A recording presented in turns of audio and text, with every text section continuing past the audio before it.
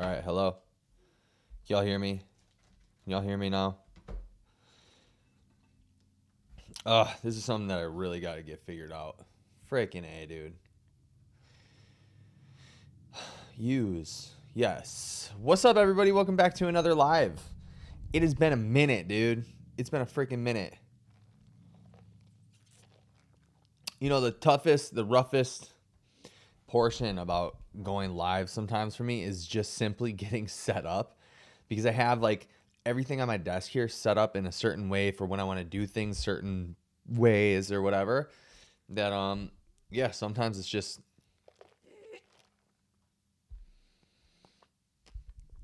difficult to get it right. I'm working on a video right now for this channel, and it's going to be about, you know, overcoming adversity. I'm going to label that. I'm going to label this live this actually. Coming pots, adversities. Or overcoming adversity with pots.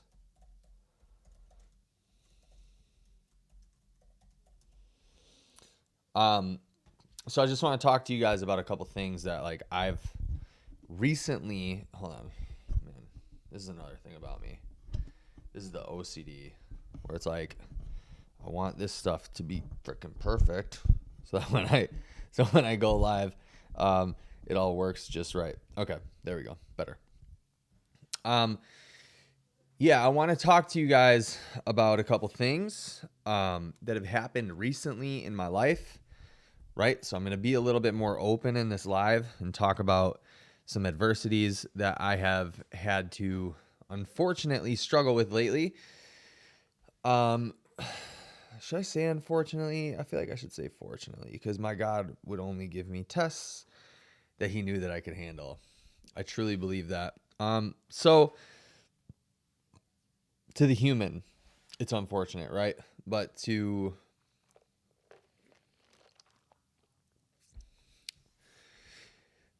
whatever, all tests are good tests. That's basically the point that I'm trying to make. Look, recently I've had to deal with a lot of stuff.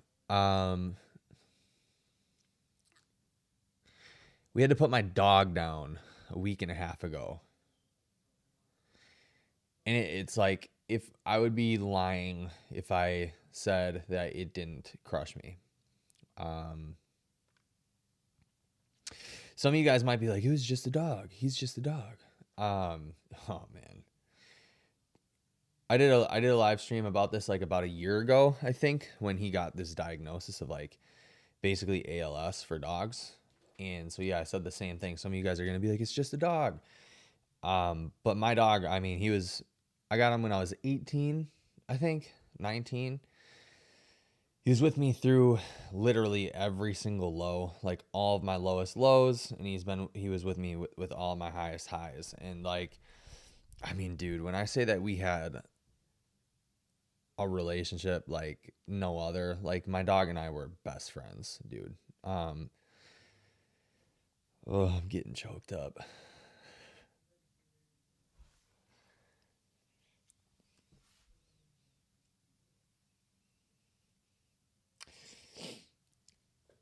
He was my best friend. I mean, and so this has been like soul crushing to deal with this for me. And I just haven't felt the same since. And so I'd be lying if I told you guys like, you know, that everything has been normal and everything's been fine, because it hasn't. This just keeps lowering on me, dude. So it's been tough, man. It's been a really tough 2 weeks. So, and I go over this in the video. I tell you guys about this, that I've lost my best friend, and that I gave myself some time to just chill out, relax. I'm very work heavy. I'm work focused in my life. I enjoy work. I enjoy progress. I enjoy the pursuit of greatness, the pursuit of something bigger than me. It truly brings me joy and happiness. And I know that some people look at work as like a chore and they don't want to do it, but I have been blessed enough to create a life and to let God help me create a life where I get to choose what I do and I get to live it on my terms, and not necessarily like fully on my terms because I'm by no means ultra rich, but I get to, you know, do things on my own terms for the most part. So I've been able to let myself just kind of decompress and feel and work through this. And fortunately, but unfortunately, almost immediately after we had to put my dog down, we had to go to Texas for the podcast, and we went to Texas for the CrossFit games. And so, so this is all going to get to a greater point, guys. I hope that you, if you're watching this after the fact, just stick along because I'm getting to points. We went to the CrossFit games in Texas, and so fortunately we got to do that because I was able to get away from the environment in which I was like sad in, right, and not feeling the greatest in. But unfortunately, because I had to get away from my environment in which I also thrive in. And so I'm very fortunate to be able to do what I do. And I'm very fortunate to be able to have the friends and the connections that I have and be able to go different places and do podcasts and talk to people and network and meet people. But in the state of mind that I was in, it probably just wasn't the best time that I could have had. And then if you guys didn't hear about what happened at the CrossFit games, a like major tragedy happened. And I don't really want to talk about it on this live, but a major tragedy happened. And I'm not going to pretend somebody passed away at the CrossFit games. We'll just keep it at that. I'm not one of those people to pretend that like things affect me so much. But the weekend was really heavy, so like emotionally everybody, like you could feel it in the air, like it's a very sad thing that happened. Very unfortunate thing. And it was heavy. So like dog, have to travel, then this heavy week happens, come back. We had some other kind of bullshit happen too, but it's not worth mentioning at all. Just like some bullshit.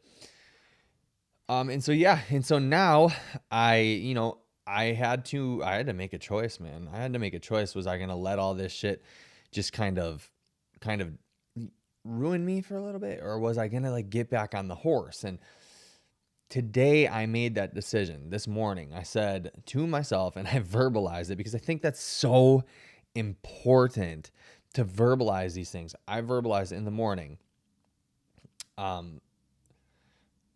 I'm getting after it again. And I said it to my girlfriend. I'm like, this is right now is when I start chasing after everything again, because I gave myself a week and a half, and so I verbalized it. I said it to her too. She probably didn't notice anything from me, in what I would consider lacking would be most people's like productiveness, right? But she probably didn't notice that anything was going on. And like, as in terms of like me pulling back from like working a lot and working hard on stuff. And like, for me, it was noticeable for me. And so I was like, this is where I get back on the horse again. This is where I get back on the horse. And I've been doing it. And I got myself productive. And the whole point of this is you guys, in life, shit is going to happen to you. And a lot of it is going to be out of your control. And that's okay.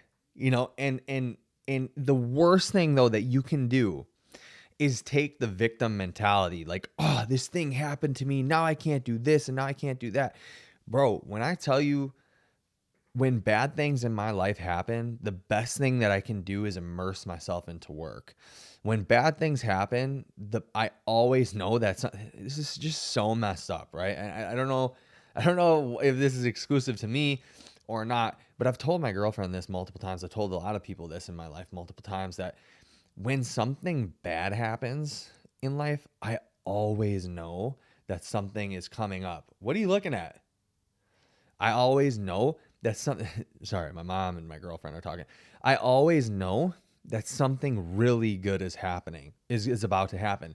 And I don't know if that's an effect of like when bad shit happens in my life, like it gets me so dialed in because I need to like get my mind off of it and I start focusing. I almost have this like toxic, I wouldn't say it's toxic because toxic implies that something is bad, but for a lot of people, it'd probably be like this toxic work ethic after something happens.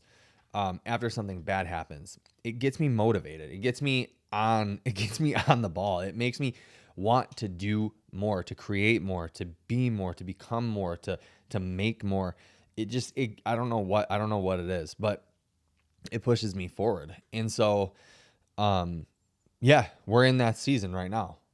And so my advice to you guys is, man, with POTS especially, because the majority of you guys watching me are, suffering with chronic illness, whether that be POTS, fibromyalgia, or some sort of, or like IBS, or even MSAS, all these different things. You guys take it as an opportunity, as a learning experience.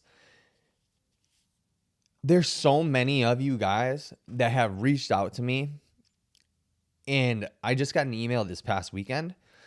There's so many of you guys that have reached out to me and have said, I'm going through this. It sucks, blah, blah, blah, blah, blah. You tell me your story. And I'm like, this story is a perfect opportunity for you to create from. And this might sound messed up from you guys, because it might sound like I'm telling you to use what you're going through in order to profit.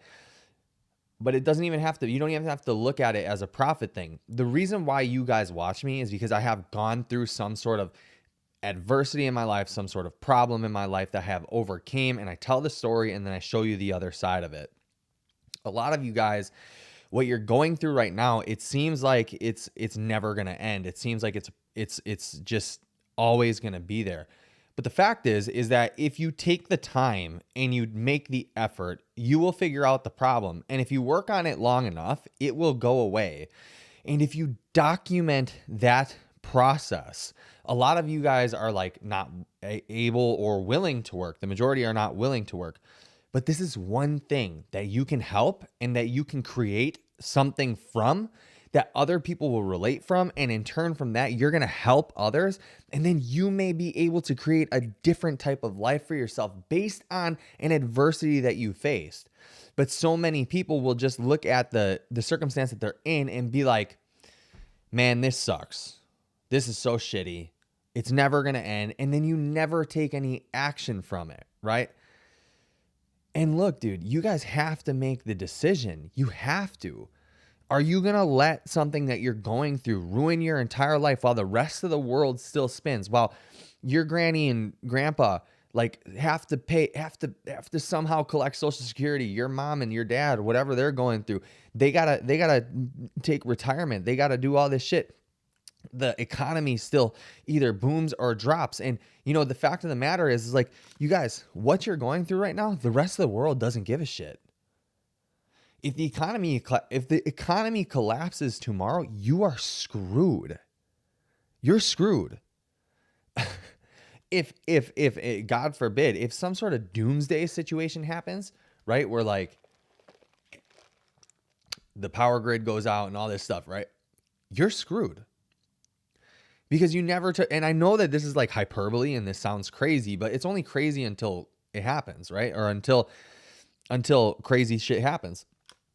But the thing that I'm trying to like point out to you guys is that like, what side would you rather be on? The side where you understand that the world is still going to spin and people are still going to move, and it could be a death or a chronic illness or an accident or whatever that happens to you, right? But what side would you rather be on? The side that just, this happened to me, the world's going to keep moving and I'm going to be the victim and I'm never going to make any movement? Or would you rather be the person that recognizes what you're going through as an opportunity and use it to go further, to get further?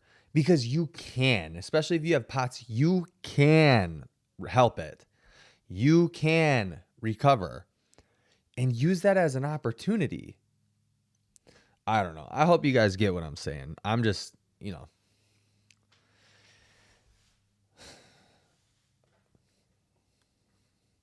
a lot of my life personally has been adversity. A lot of my life. It's been extreme poverty. I'm not going to get into everything. It's been a lot of adversity. And all I have ever seen from it has been opportunity. And I could have taken so many points in my life and been like, nope, this is happening to me. I'm just going to bend over, and I don't know where I developed the thought process of not being the victim to it. came from. I don't know where I developed the ability to be able to overcome or to use this messed up shit as, motivation or anything like that. But I do know one thing is that I've been on both sides. I truly think that it was like I made a choice one day. I've been on both sides though. I've been on the side of like being a victim. And you guys know if you know my pot story, that is exactly what what frame of mind I was in when it all first happened. Is I was in the victim mentality.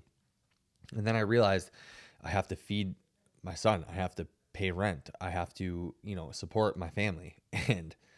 And so I took it as an opportunity to learn from, grow from, and have turned it into another business. I don't know. I hope you guys understand what I'm saying. I hope this makes sense. I hope it's motivating somehow. I hope that it helps.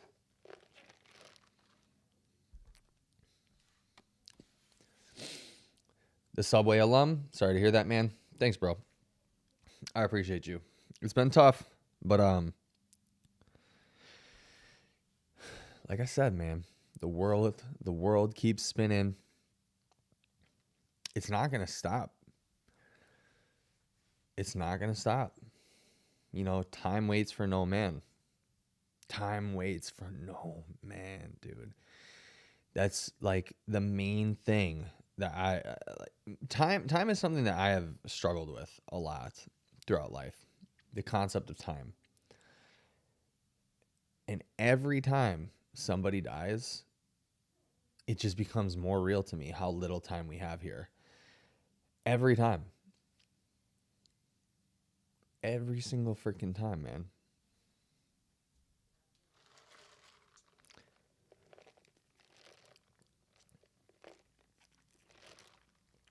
This is decaf, just so everybody knows.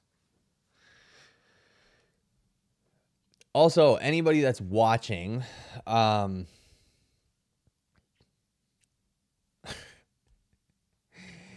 man, anybody that's watching, I figured out why you guys are not getting, well, let me check. I had somebody ask me, why are we not getting notifications?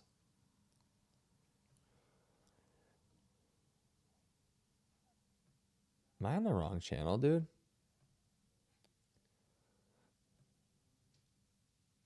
No.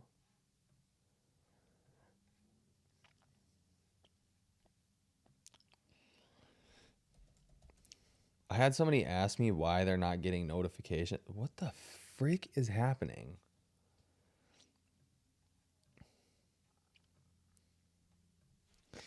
I had someone ask me why they're not getting notifications. Supposedly YouTube is not notifying. And supposedly it's a really simple answer.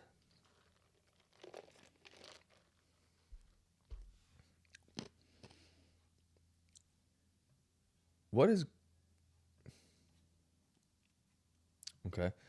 Supposedly it's a really simple answer. And the answer is that you guys need to turn on post notifications. But I'm going to double check that right now. Analytics, audience. Boom, boom, boom, boom.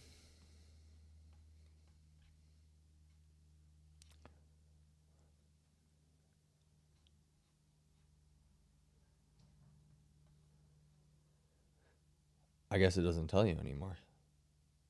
Huh. But anyway, the video that I watched said that you guys need to turn on post notifications, and then do it on your mobile app too. Supposedly that's what the issue is.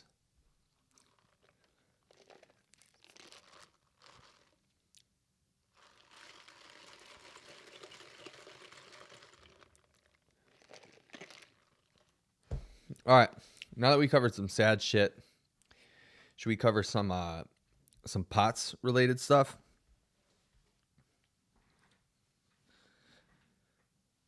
If you're watching this, let me know what you're thinking. I'm going to sit down. Oh yeah. This is what happened when I got back. Talk about adversity, right? And like having to deal with dumb shit. I hurt my back again as soon as we got back. I trained on Monday, went back to normal training, which I probably should have eased into it, but because I've noticed something, emotional and mental stress really take a toll on my training. Really, really take a toll on my training. And so I went back to normal training like immediately and didn't go over well. Did not go over well at all.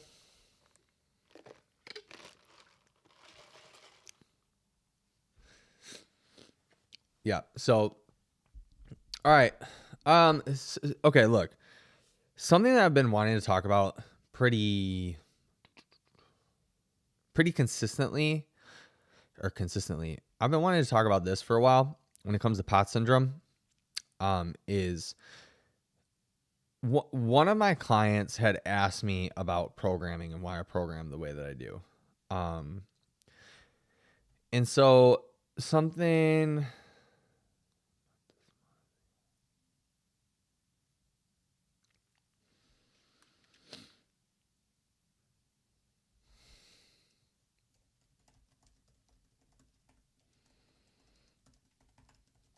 Sorry, guys. Give me 1 second. I have to respond to some stuff real quick.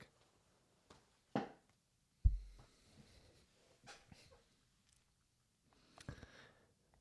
have a client coming over to use my sauna, so I need to set that for her very quickly.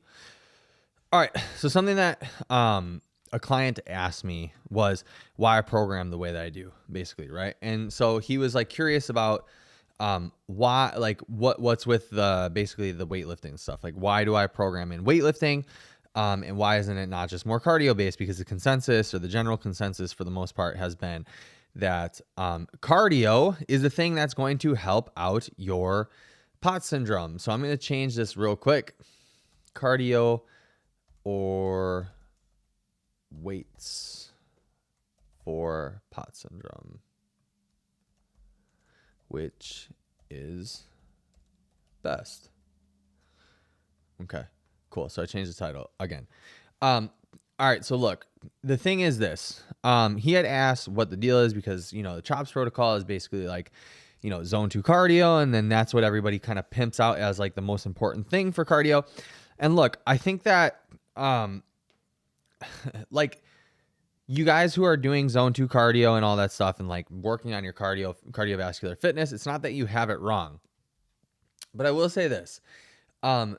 It's not the end all be all, and it definitely should not be your it shouldn't be your point A, and then it should be your point A, but it shouldn't be your destination. And there's a few reasons why. And I'm not really going to break it down the same way that I broke it down for him, because I think that I should do a better live video on that.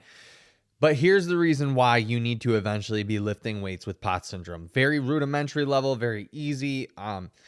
So look, the way that I program things is this. I get people back up to a baseline, some sort of cardio baseline, okay? First, test their fitness, and based off their fitness testing, even if it's just like, I can't even get up for more than 2 minutes, that's totally fine. We just have parameters that I need to set parameters that I work by.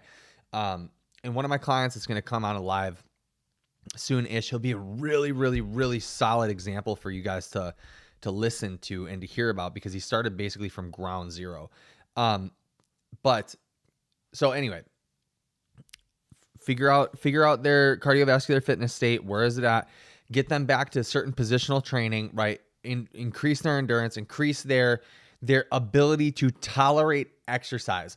Now, ability to tolerate exercise and fitness are different things. And I think that people get this messed up, right? Because your fitness level could be like enough that we would think that you could be back to normal life or something like that. Like your fitness level could be like really good on a recumbent bike or whatever. But tolerance to exercise is different, because at least in my terms, the way that I frame things, right? Tolerance to exercise means how much exercise can we tolerate? So what's the volume of training? What's the voluminous? What is the volume of training that you can actually tolerate? Not only that, but what are the exercises that you can also tolerate? In what order can you tolerate them as well? Right? So I have a bunch of parameters that I keep notes by when it comes to clients and like how to actually structure their programs. Like what exercises should we front load in the week? What exercises should we front load in the day, and then what ones should we backload, and how much volume per each exercise are they actually able to handle? How do we build tolerance for that? Okay, cool. We've done that. So now, after we build the baseline of cardiovascular fitness, and then we get to a point where I'm like, hey, we need to do resistance training. It'll usually be some sort of calisthenics. We move on to calisthenics, which calisthenics counts as push-ups, pull-ups, air squats, lunges, anything that you can do body weight, right? Body weight resistance training is basically where we go.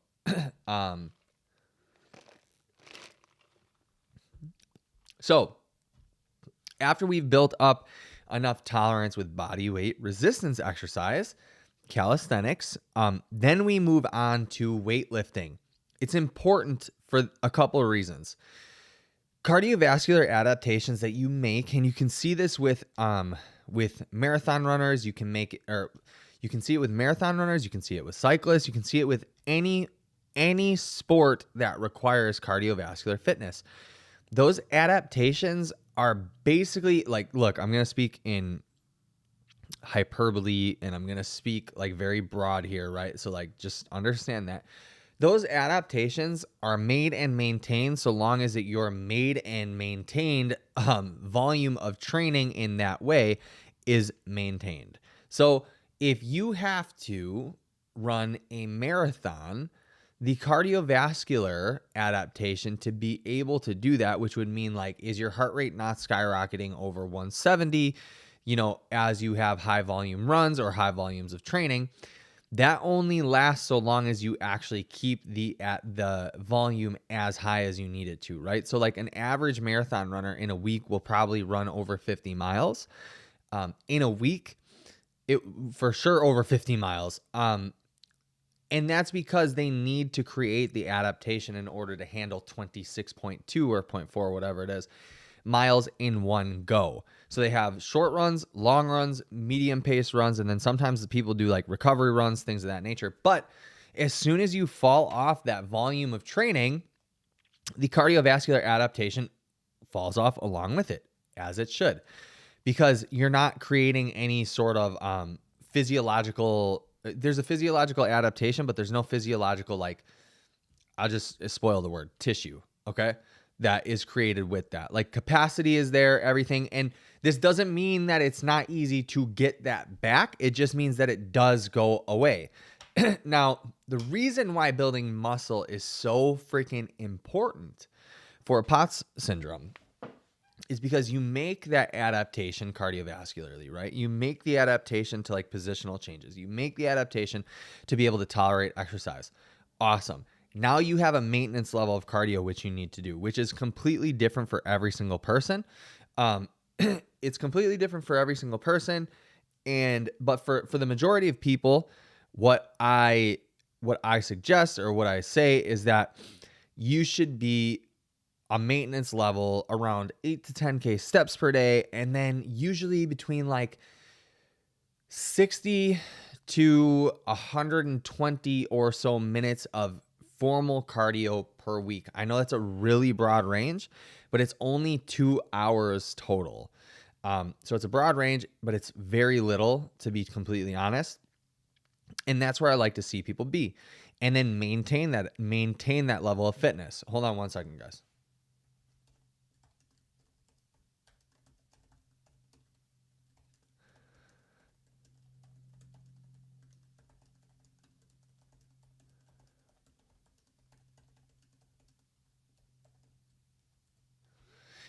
Okay, so you've made the adaptation. Now it's time to introduce yourself to weights. The reason why I have people do calisthenics, body weight resistance training first is because I want them to get used to feeling what it feels like to fight against resistance, right? And that's like a really like kindergarten way to say that. But like, I don't want somebody jumping into weight training and then getting too sore and then scaring themselves out of it, right? So like being able to be in a controlled environment at home where you do calisthenics and you get to like kind of take it at your own pace, I feel is the best, that your own pace is the best way to get into working your way up into doing weightlifting. So after we've done a baseline, usually I have people do like calisthenics for between 2 to 4 weeks. It's not very long. 2 to 4 weeks, and then we jump into the gym. Now, why build muscle with POTS syndrome? Number one, muscle is the organ of longevity. It is the tissue of longevity. So there's that aspect. Number two, the blood pressure, heart rate, blood volume, constriction, all these different things that happen as a byproduct of weightlifting are very, very beneficial to everyone. Like you can't argue that it's beneficial or not, or you can't argue that it's not beneficial for you. So if it's good for the healthy person, it's probably good for the person with POTS. Okay. So when you build muscle, or when you start to strength train, when you start to, go in and do resistance training with weights, a couple of things happen. Your body has to make these physiological adaptations via heart rate, blood pressure, blood, cardiorespiratory regulation, all these different things.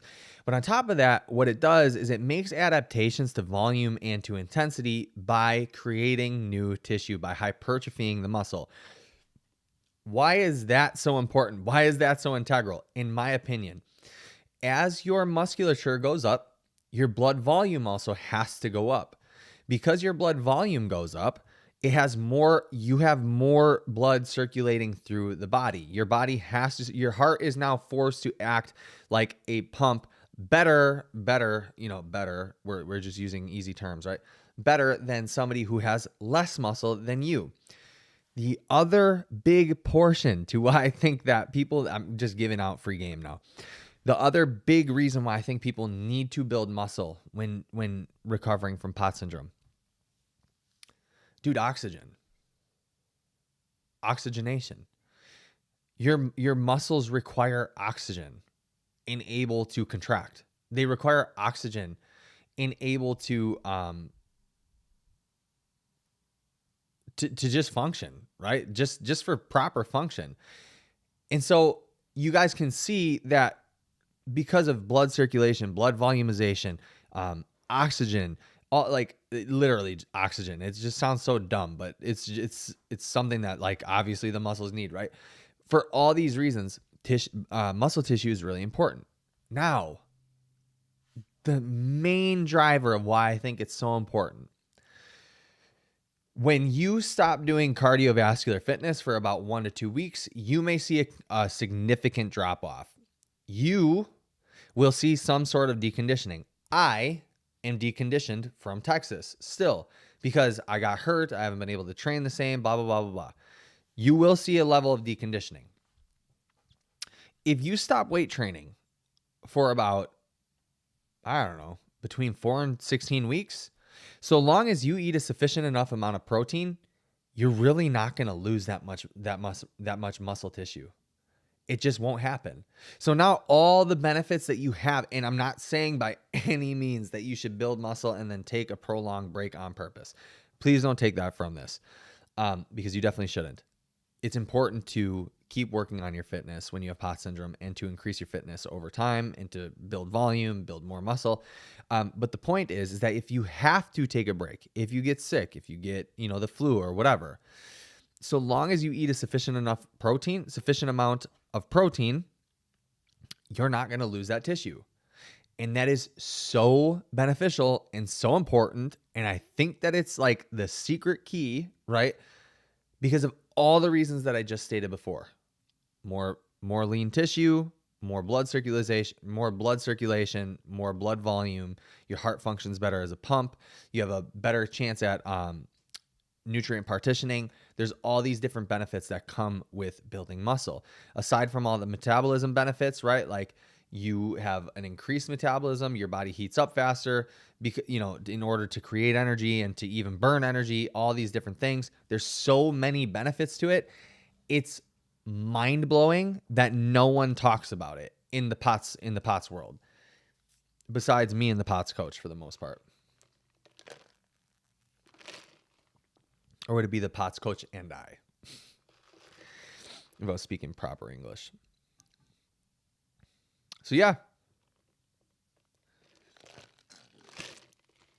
If people are in the chat and you're finding benefit from this, hit that like button for me. Boost me in the algo, please.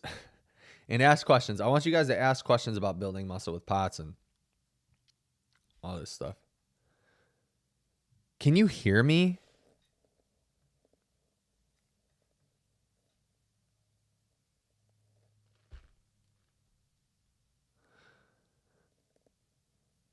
Hello?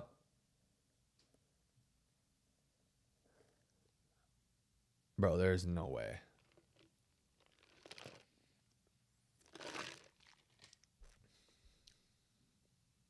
Okay. All right, good.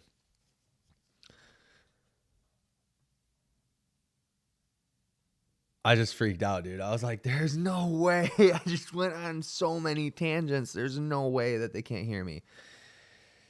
Oh, man. So yeah, that's the main focus with me. So I know that the Levine chops protocol, makes it, dude, like, I just don't like that program whatsoever. And I can't wait to get in contact with the Levine chops guy. I'm going to ask him so many questions, but yeah, dude, I really think it's important. Knitter Gritter says, been scared to lift heavy on bench and squat since diagnosis. The cool thing is that in order to get a hypertrophic stimulus, you don't have to lift heavy. There's so many different intensity techniques that you can use in order to build muscle. And especially if you've been detrained or if you're new to training in general, as long as you provide some sort of stimulus to the muscle, you will have an adaptation that is made. But why? Why would you be scared to lift heavy on bench or squats? So long as you actually take the time to readapt to the exercises, right? Like I never suggest anyone, not even a healthy person, go into the gym and try to crush squats or bench press before they're ready to crush it. Like, always start slow. Because of blacking out, passing out. Yeah, so here's the thing though. You won't be able to do it ever if you don't make the adaptation in order to do it. So if you don't go in and try, right? And so this is how I normally do it. I normally have somebody do air squats. They do goblet squats with a dumbbell or a kettlebell. After we've done that a bunch of times, then we put a barbell on their back. After the barbell, then we put weight. After weight, we do more volume, which could be more reps, more sets, things like that. So, but the point is if you don't squat in general, you're not going to make the adaptations to be able to squat. Like, your blood pressure is going to go through the roof, or it's going to drop super low, or whichever way it works for you. Your heart rate's going to go through the roof. So you have to be able to do it. You have to be able to figure it out.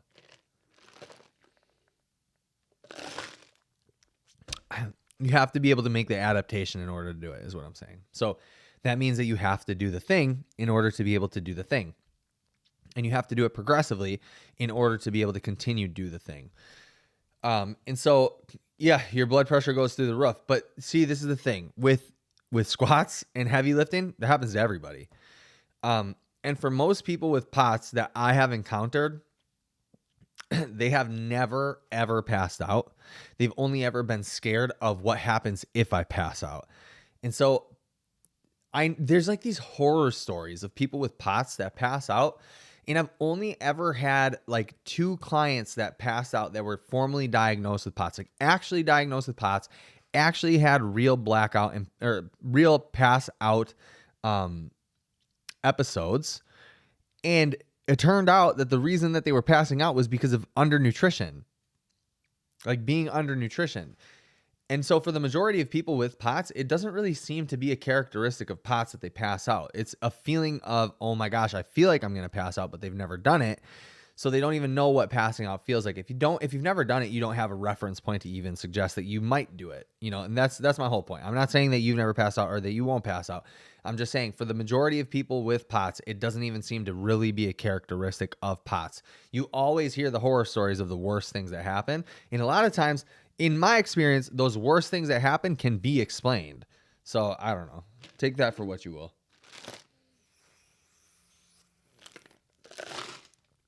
Pre-workout heavy squats sent me to the floor. Yeah, that's a completely different scenario, bro. I watched some in high school. We had a kid that took 13 scoops of Jack 3D. It's banned now. I don't know if you're old enough for that. Took 13 scoops in a gallon of water, and on his deadlift attempts, he passed out, bursted every blood vessel in his face, and showed up to school for the rest of the week with a purple face. So yeah, that's completely different. Yeah, I mean, that could get anybody, not just people with POTS. Pre-workout, depending on how much you're taking, if you haven't built the tolerance to it or anything like that, yeah, that'll put anybody out.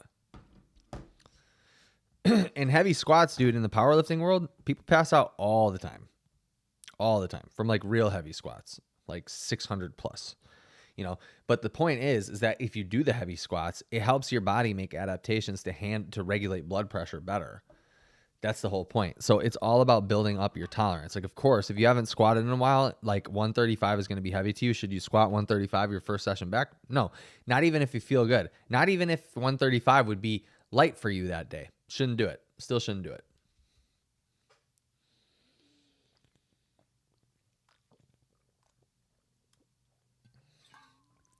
Herein lies another issue for people with POTS.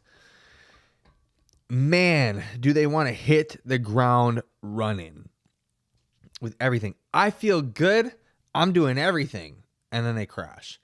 It's like, people, you got to get it together. You got to understand that just because you feel good, like I feel good right now. Am I going to go run a marathon just because I feel good? No, that would be retarded. Same thing with POTS. And I know it's because people get excited and they're like, I haven't done this in so long. I got to blah, blah, blah.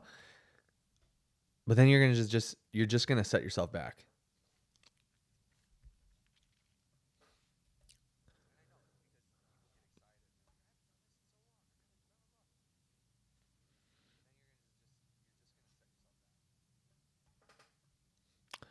I've also noticed the pump non-stim pre-workouts I've also noticed the pump non-stim pre-workout products really messes with my POTS. I'm assuming because of increased blood flow. I mean, that would be a really good thing. One of the supplements that I actually recommend to people with POTS, to some of my clients, is L-citrulline. Depending on what their symptoms are. Like if they have cold hands and feet, a lot of times I'll recommend L-citrulline to them. Here's something that I think like needs to be addressed in the POTS community.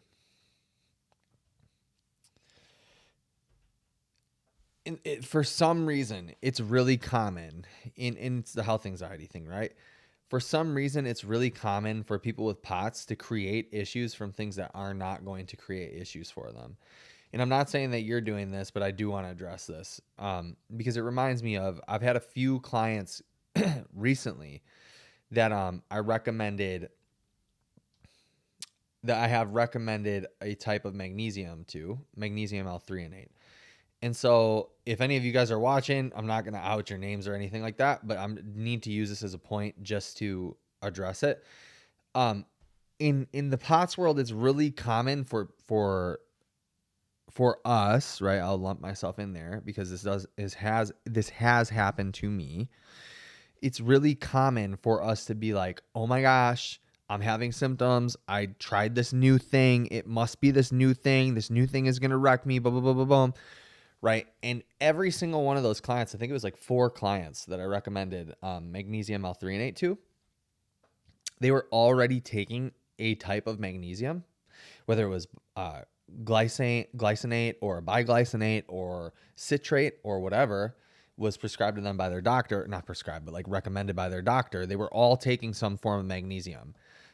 And then I told them to take L-threonate instead for a multitude of reasons. And suddenly, bad things started happening, right? Suddenly, bad things started happening. And what I truly think that is, it's the anxiety of I'm trying something new. What could or what will this do to me?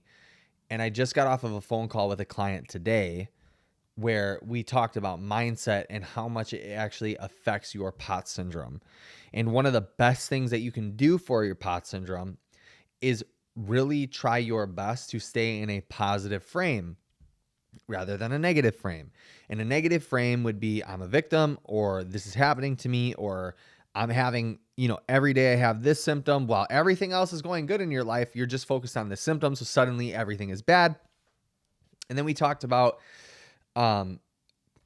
just keeping focused on the good and making sure that you're able to realize that the majority of your life is good.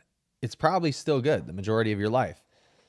And so we talked about how, the way that your mind is framed and what you have your mind focused on really affects the outcomes of your POTS syndrome. I have never, ever, ever had a client who carried a negative frame of mind week to week that did everything, and objectively the data says that you're getting better and you're progressing. I've never had one that didn't have a shift in mindset that said that they were getting better.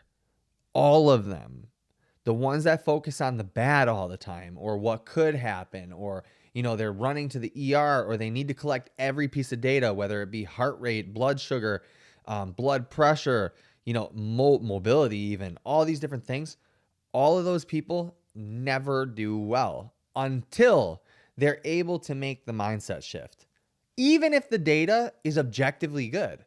So like they're progressing on every single exercise. They're progressing on every single workout. They've been able to stand longer. They get more steps, all these things. They're not crashing. They're drinking more water, more fluids. They're having more sodium, all these different things. The data is objective, dude. There's things that you can look at in your life that are objective facts, right? So like if you're in a room full of people and they all call you crazy, but you're like, no, I'm not crazy. You're crazy. Who's right? Right? I always use this example. And if all the data says good things, but you're the person that's saying nothing is good, it's probably you, right? And this is why I think it's so important, even for people that don't work with me, to track everything, because then you can discern a couple things from that data. You can look at it and you can either go, well, none of this means anything, when it probably does. Or you can go, okay, is there a missing piece to what I'm doing? Am I missing something? And it probably is that. And so mindset is so important. Like trying not to focus on the health anxiety, trying not to focus on what did I do new that may be upsetting me or may be different, because in the back of your head, I don't even know how to explain it really. It's like you take something new and it's almost like it's not a conscious thought, but it's like subconscious, and you're waiting for the bad thing to happen. So you have now created a symptom, or you have created something bad. We've all gone through it. Let's be objective about it. I have gone through it so many times in my journey with POTS. I've gone through it so many times. Like even I have avoided taking new supplements that I was told to take that were safe to take because of that, so.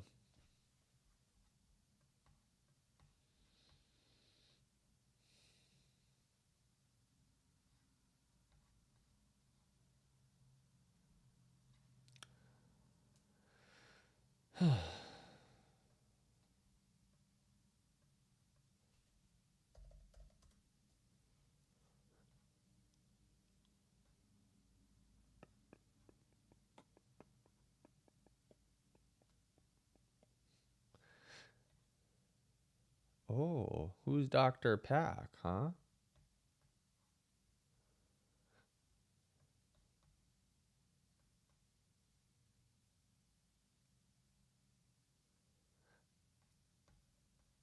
No, Chris Williamson wouldn't scam people. So, anyways.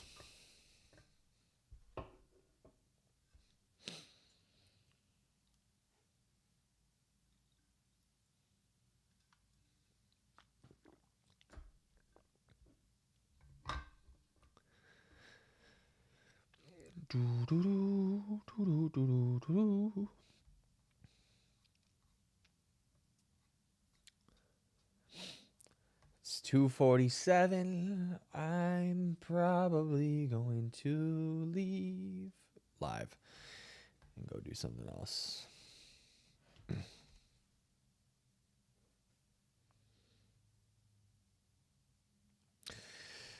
Oh man. So I guess you guys let me know what you think about all that. Let me know what you think about what I've said. If you're still here, hit that like button. If you do enjoy what I'm putting down, hit that like button. Let me know. This is why, I've said I just there's so many things to talk about with POTS, but it's like hard to keep coming up with like concepts and stuff because I always defer back to mindset every single time because whether we like to admit it or not, like I feel like I just repeat myself all the time and you guys like it. But whether we would like to believe it or not, there's a huge mindset component to being chronically ill. Like a huge mindset component. If you don't believe that you can get better, yeah, you're not going to get better for a couple of reasons. The body communicates with the mind communicates with the body. That's number one. But the most important part and the least woo-woo part about it, like the least like hippie part about it is that if you're not in a positive frame of mind, if you're not thinking I can get better or anything like that, guess what, dude?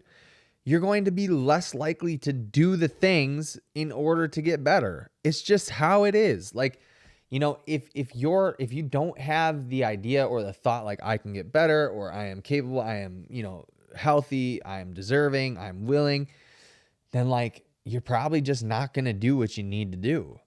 And that's going to be the main driver of like not doing it. Like I know so many of you guys talking or like watching, so many of you guys watching email me. And then it's like, I always ask you, like, you're like, I want to get better. What do I do? Blah, blah, blah. Well, what are you doing now? Nothing. Okay. I know that you're not ready because the majority of people who reach out to me that end up becoming clients and end up like recovering have already been trying to do things themselves.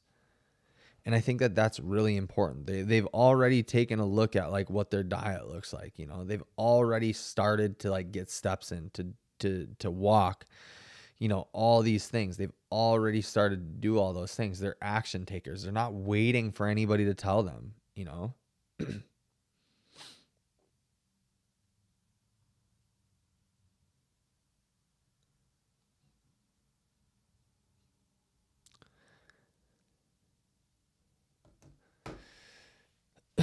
I started reintroducing carbs back in my diet and man, I was wrong.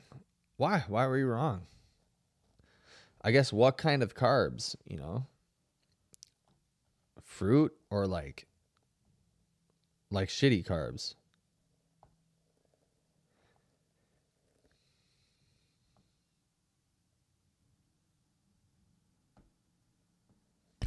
Because I don't think it's anything wrong with that. I don't think there's anything wrong with eating carbs.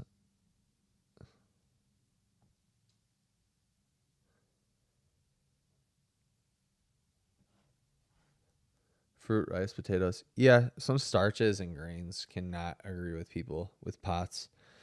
It also depends on like how fast you introduce it, right? Like how many how many cups, how many grams per week, that type of thing,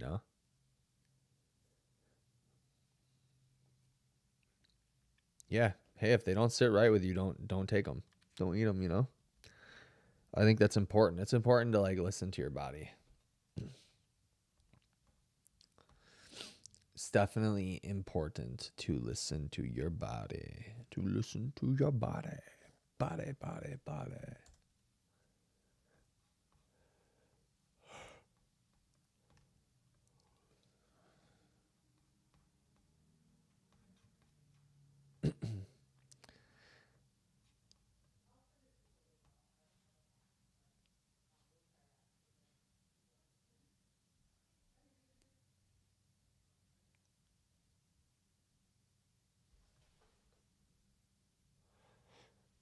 My girlfriend was just talking to somebody. I don't know who it was.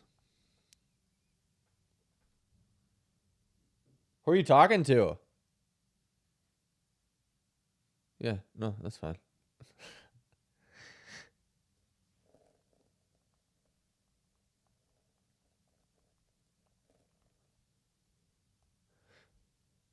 Low carb keto increases cortisol levels. Definitely not good for POTS. Um, I don't know, dude. It's really individual. That's a really individual thing. The majority of my POTS clients thrive on a low carb, higher fat diet, at least initially. And then we have to reintroduce.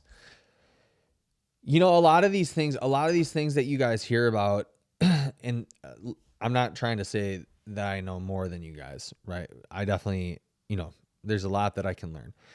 But a lot of this stuff that you guys hear about from people like, what's a name that I could use? Maybe Dr. Berg, or like a lot of these people who have no business giving out nutritional advice whatsoever.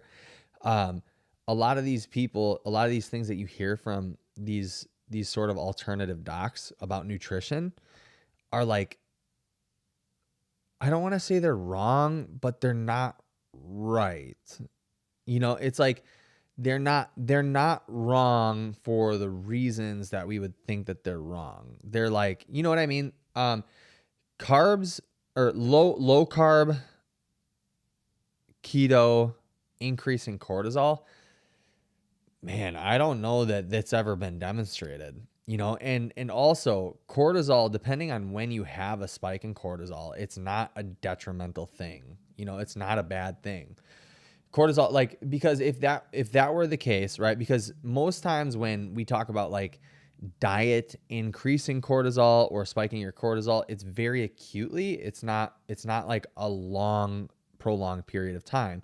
And so if it were true that cortisol is just bad, which cortisol gets like a huge bad rap for kind of good reasons. I don't know, not like it's really case dependent, not like great reasons, but like if it were true that cortisol was bad just in general, then we just wouldn't do anything that caused stress on the body, right? Cortisol is one thing that I just don't think people really understand the physiology behind it. Like at least a lot of people, because cortisol obviously is really like there's a physiological need for it from exercise. Like you need the cortisol from exercise, and you need it to be raised for like a certain period of time during and post exercise. It needs to happen. And like inflammation is another thing that a lot of people talk about and they demonize, right? And it's like, what do you mean by that? What do you mean by inflammation is bad? Because inflammation is not just inherently bad. It's not. There are points in time when you shouldn't be inflamed, right? Like after injury and stuff like that, like, or when you need to bring it down. But post exercise, inflammation is really good. And you're supposed to be inflamed post exercise. There's a reason why you shouldn't be taking ice baths immediately after exercise if your goal is hypertrophy or even strength, you could argue. But if your goal is to be an endurance athlete and you have multiple sessions in a day, things like that, then yeah. Long periods of increased cortisol levels are really bad. Yeah, absolutely. 1000%. But you're not going to get super prolonged periods of increased cortisol just from like a ketogenic diet after you've made the adaptation. Like for a very acute period of time, maybe. But after a while, it's going to come down. A lot of people with POTS have higher levels of cortisol. Yeah, maybe. A lot of normal people have higher levels of cortisol. It could be true. There's no like, there is no data, unless you can show me it. There's no data to suggest that people with POTS inherently have higher levels than the average population, than general population. And what I mean by that is the general population in America, at least, people are just sick, right? Like everyone is basically sick with something. And so there's no data to suggest that it's any worse or better than the average person in America. So that you got like, and this isn't me trying to be contrarian. This isn't not me trying to be,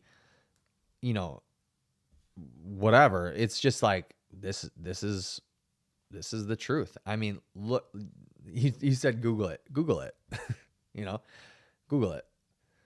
A lot of people with POTS, I think, do suffer from how do you say it? What is it called? Like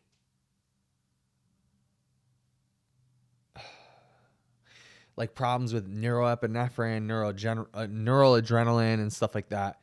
And that can probably that does raise cortisol levels for sure. But I don't think that that's a product of, well, I'll save that for a different video because that's something that I've been wanting to talk about actually.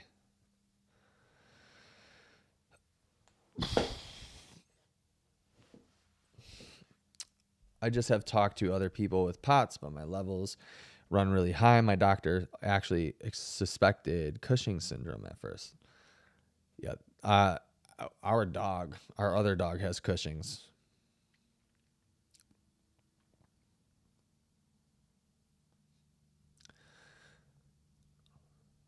Yeah. Yeah. I think but to get back to the point of like diet, right? And diet being the main driver. Diet, you guys, is just like, it's very, very case dependent on how it affects people. I never, for the most part, I don't say any sort of general recommendations for diet with people with POTS, because people with POTS are so freaking individual. It's crazy. There's one thing that's not individual that I speak in generalities of, and that's the health anxiety and anxiety portion of POTS. But what affects people nutritionally is very, very, very independent and very individual. I do make recommendations for a lot of people to go animal based, so to do meat and fruit. But the only reason why I say that is because that's an elimination diet. That's the only reason why I make that suggestion, is because it gets rid of so many foods that it's easier to narrow things down. That's the only reason. Not because I think that most people thrive on it. It's because it gets rid of a lot of factors. So in like, Nittiger, I'm not picking on you with this at all. I'm trying to make more points about this, is that's why I really, really dislike the chronic illness influencer community, is because they're so cut and dry with how they say things. And dude, health, longevity is such a complicated thing. It's such a complicated issue, and it's super individual, that making general recommendations because of what works for you or what doesn't work for you, in terms of like things that you should do, like you should do this diet or you should take this supplement, I just don't think that that's responsible, so I don't do it. The things that for sure are good are like exercise. Absolutely make that recommendation. Exercise, drink more water, have sodium, and then figure out what supplements work for you. But making like these general recommendations, like a lot of these chronically ill influencers make, whoa, dude, like they could be really responsible for hurting people. And that's what I think a big issue is.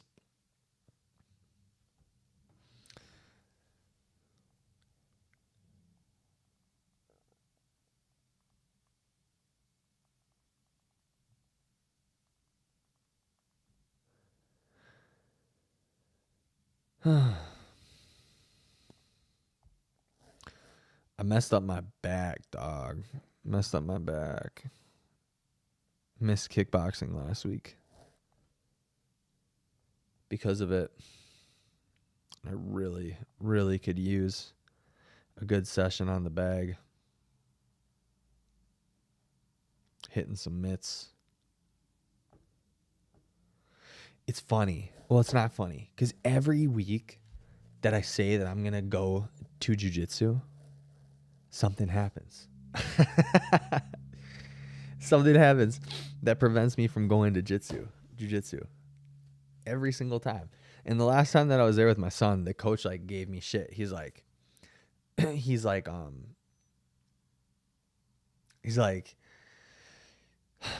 you know, why? Or he's like, I heard through the grapevine that you were gonna come and train, you know, in the mornings. Still haven't seen it yet. I'm like, you mother effer. Just like, you freaking dork. So I gotta get this back figured out, dude. Tomorrow I have PT, which is good. Yeah.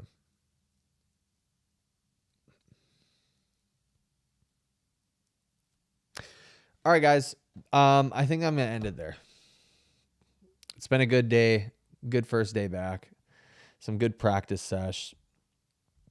Knitter Gritter, thanks for contributing. Hopefully you're not mad at me for for what's it called? For being contrarian to your points. I just think that those are important points to make. So yeah, thanks for watching, guys. Hope you did like this video. If you did, please hit that thumbs up. Please like the video if you did like it. Subscribe if you are new. If you want to work with me one-on-one coaching, if you want to do one-on-one coaching, my brain is going 1,000 miles a minute, guys. I'm sorry. If you want to work with me one-on-one for coaching, hit that link in description or email me at jqfit1@gmail.com, and we'll talk about it. Anyways, hope you guys have a great day. Thanks so much for watching. We'll see you in the next one. Peace out. Goodbye. Monday, Wednesday, Saturdays.